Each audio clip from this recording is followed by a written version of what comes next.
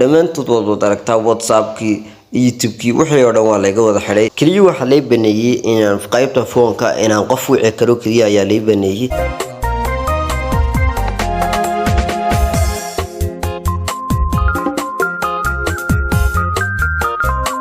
السلام عليكم soo dhawaada saaxiibayaal kuna soo dhawaada kanaalka Cam Technology waa markale iyo muuqaal cusub maanta waxaan ku hayaa farsamo aad u cajiib ah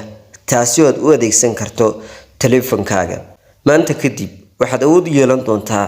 in markii aad mashquul tahay ama aad shaqaynaysid inuu taleefankaaga mashquulka kaala qayb qaato isla markaasna aadan ku mashquuli doonin taleefankaaga waxa laga yaabaa imika hadii aan hawl qabo isdhaho inaan mararka qaar taleefanka ku soo jeesto aan taleefanku mashquulo haddaba maanta waxaan ka taxadiri doonaa in markii aan shaqaynayno ama aan hawl muhiim ahayno inuu taleefankeenu isla hawshaas inagala qayb qaato oo aynaan isaga ku mashquulin haddaba muuqaalkan gudihiisa ayaan warbixinta oo faahfaahsan kugu siin doonaa ugu horreyn ku soo dhow muuqaalka faahfaahsan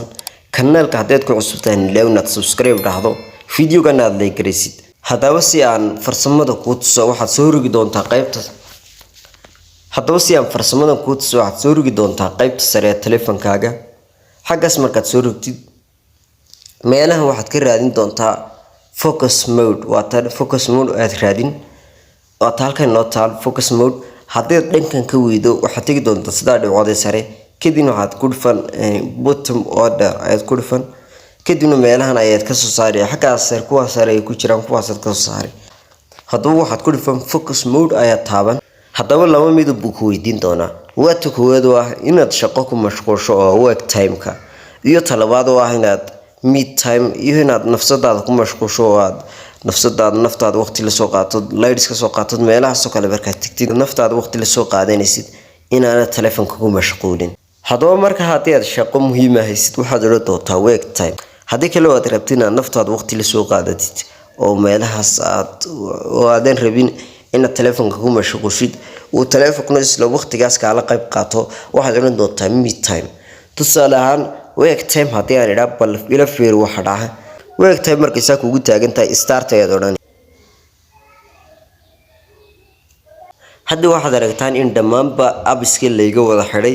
si aanan ugu mashquulin dhammaantood waad aragtaa WhatsApp-kii YouTube-kii wixii oo dhan waa layga wada xidhay kaliya waxa la baneeyay waa Play Store iyo qaybta foonka inaan qof wici karo kaliya ayaa la baneeyay sidoo kale qaybtan saacadan iyo duwa la baneeyay Play Store-kana waa la baneeyay afartaas oo kaliya ayaa la baneeyay afartaasna